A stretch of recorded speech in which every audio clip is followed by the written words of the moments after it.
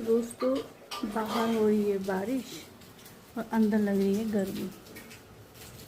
Reason पता है क्या है? मे भी शायद अंदर उमस हो रही है, जैसे कि खाना वाना भी बना रहे हैं तो शायद अंदर इसीलिए उमस हो रही है, तभी गर्मी लग रही है। और बाहर मौसम इतना ठंडा ठंडा हो रखा है ना कि पूछो मत, बहुत ही ठंडा मौसम हो गया है। और बारिश तो वही चाहिए, आजकल गर्मी बहुत हो रही है ना, इसीलिए हमारे हिमाचल की प्लस पॉइंट यही है, कि यहाँ पे ना थोड़ी गर्मी हुई नहीं और बारिश फिर शुरू हो जाती है। ये आप देख सकते हैं, बारिश वाला मौसम।